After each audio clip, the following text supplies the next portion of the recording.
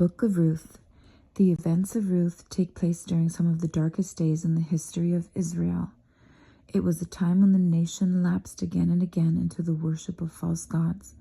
In sharp contrast to this is the shining testimony of one Gentile woman from Moab who remained faithful to God. Elimelech moves his family to Moab. In the days when the judges ruled in Israel, a severe famine came upon the land. So a man from Bethlehem in Judah left his home and went to live in the country of Moab, taking his wife and 2 sons with him. The man's name was Elimelech, and his wife was Naomi. Their 2 sons were Mahlon and Kilion. They were Ephrathites from Bethlehem in the land of Judah, and when they reached Moab, they settled there. Then Elimelech died, and Naomi was left with her 2 sons. The 2 sons married Moabite women. One married a woman named Orpah, and the other a woman named Ruth. But about 10 years later, both Mahlon and Kilion died.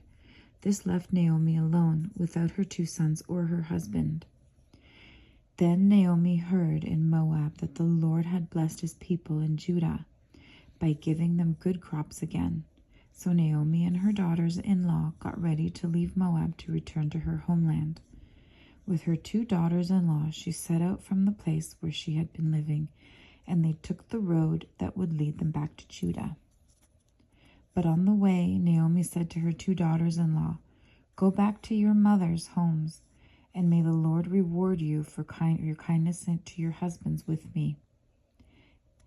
May the Lord bless you with the security of another marriage." Then she kissed them goodbye, and they all broke down and wept.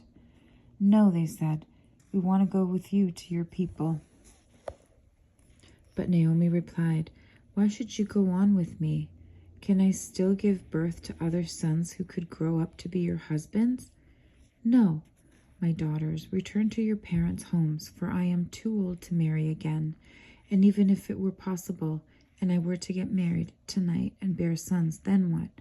Would you wait for them to grow up and refuse to marry someone else? No, of course not, my daughters. Things are far more bitter for me than for you, because the Lord himself has raised his fist against me." And again they wept together, and Orpah kissed her mother-in-law goodbye. But Ruth clung tightly to Naomi. "Look," Naomi said to her, "your sister-in-law has gone back to her people and to her gods. You should do the same."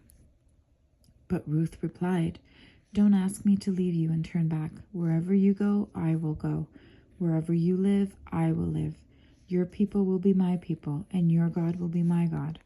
Wherever you die, I will die, and there I will be buried. May the Lord punish me severely if I allow anything but death to separate us." When Naomi saw that Ruth was determined to go with her, she said nothing more. So the 2 of them continued on their journey. When they came to Bethlehem, the entire town was excited by their arrival. "Is it really Naomi?" the woman asked. "Don't call me Naomi," she responded. "Instead, call me Mara, for the Almighty has made life very bitter for me. I went away full, but the Lord has brought me home empty. Why call me Naomi when the Lord has caused me to suffer, and the Almighty has sent such tragedy upon me?" So Naomi returned from Moab, accompanied by her daughter-in-law Ruth, the young Moabite woman. They arrived in Bethlehem in late spring at the beginning of the barley harvest. Amen.